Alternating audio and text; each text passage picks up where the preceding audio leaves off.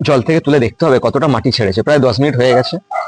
এই যে গাছের বেশিরভাগ শক্ত মাটিগুলো পুরো ছেড়ে গেছে আর শেকড় অনেকটা আলগা হয়ে গেছে। এই গাছগুলো রিপোর্টিং করার আগে একটা ছোট্ট ইম্পর্টেন্ট কাজ রয়েছে। সেই কাজটা হচ্ছে এই গাছগুলো গ্রো ব্যাগ থেকে বের করে নিয়ে 7 থেকে 10 মিনিট একটা ফাঙ্গিসাইড জল করে তার মধ্যে ডুবিয়ে রেখে দিতে হবে। রেখে দিলে কি হবে, এই গোড়ার যে শক্ত মাটিটা রয়েছে সেই মাটিটা আলগা হয়ে যাবে, তার ফলে শেকড়গুলো অনেকটা আলগা হবে।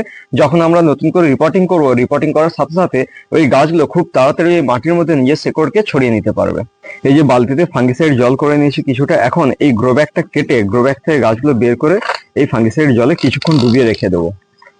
এই গ্রো ব্যাগগুলো বাঁচানোর চেষ্টা করবে না, তাহলে কিন্তু গাছের ক্ষতি হতে পারে। যেহেতু গ্রো ব্যাগগুলো অনেক পুরনো হয়ে গেছে, তো এগুলো পুরো মাটির সাথে টাইট হয়ে গেছে, সেই কারণে এগুলো কেটে নেওয়াই ভালো। এই যে মাটিগুলো একদম শক্ত, এই মাটিকে রাখা যাবে না, তাই প্রায় 10 মিনিট মতো এই জলে ডুবিয়ে রেখে দিলে মাটিগুলো আলগা হয়ে যাবে। তারপরে তুলে গাছটাকে আমি রিপোর্টিং করব।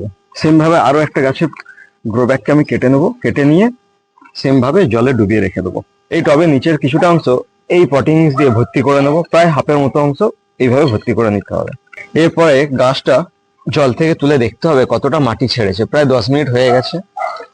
এই যে গাছের বেশিরভাগ শক্ত মাটিগুলো পুরো ছেড়ে গেছে আর শেকড় অনেকটা আলগা হয়ে গেছে। এইভাবে যদি গাছকে এই নতুন ভাবে রিপোর্টিং করা হয় তাহলে খুব তাড়াতাড়ি গ্রোথ হবে। তার কারণ হচ্ছে এই শেকড়গুলো তাড়াতাড়ি এই নতুন মাটির মধ্যে ছড়িয়ে পড়বে। এরপরে এই গাছটাকে একেবারে মিডিল করে বসিয়ে নিতে হবে। আর হ্যাঁ, গোলাপ গাছ বসানোর সময় টবের উপরের বেশ কিছুটা অংশ খালি রাখতে হবে। ঠিক এইভাবে গাছটাকে একেবারে মিডিল করে নিয়েছি।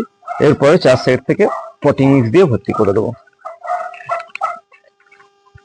এই সয়েল মিক্সটাকে ভালো করে ঝেঁকে ঝেঁকে এইভাবে ভর্তি করে দিতে হবে। লক্ষ্য রাখতে হবে ভেতরে যেন কোথাও ফাঁকা না থেকে যায়। আর একটু অল্প করে দিতে হবে, দিয়ে ভর্তি করে দিতে হবে। এই যে টবের প্রায় 1.5 থেকে 2 ইঞ্চি অংশ খালি রেখে দিয়েছি। এইভাবে খালি রেখে দিলে ফিউচারে এর মধ্যে খাবার দেওয়া, জল দেওয়া সবকিছু দিতে খুব সুবিধা হয়। ঠিক সেম ভাবে এই টবটাতেও আরেকটা যে গাছ রয়েছে সেই গাছটাকে রিপোর্টিং করে নেবো। গোলাপ গাছগুলো বসানো কমপ্লিট হয়ে গেছে, কিন্তু এখন সব থেকে ইম্পর্টেন্ট একটা কাজ বাকি রয়ে গেছে। কাজটা হচ্ছে এই গাছগুলো বসানোর পরে এই গাছের গোড়ায় হিউমিক অ্যাসিডের জল করে দিতে হবে। এই যে গাছগুলোকে পুরো শেকড় ধুয়ে বসিয়েছি, এতে শেকড় অনেক স্ট্রেস পেয়েছে, গাছও অনেকটা স্ট্রেস পেয়েছে। এই স্ট্রেসের হাত থেকে মুক্তির জন্য হিউমিক অ্যাসিডের জল এই গাছের গোড়ায় দিলে গাছগুলো খুব ভালোভাবে এই স্ট্রেস থেকে মুক্তি পায়। এই যে এখানে ডাস্ট হিউমিক অ্যাসিড নিয়েছি, এটা একটা ডাস্ট হিউমিক অ্যাসিড।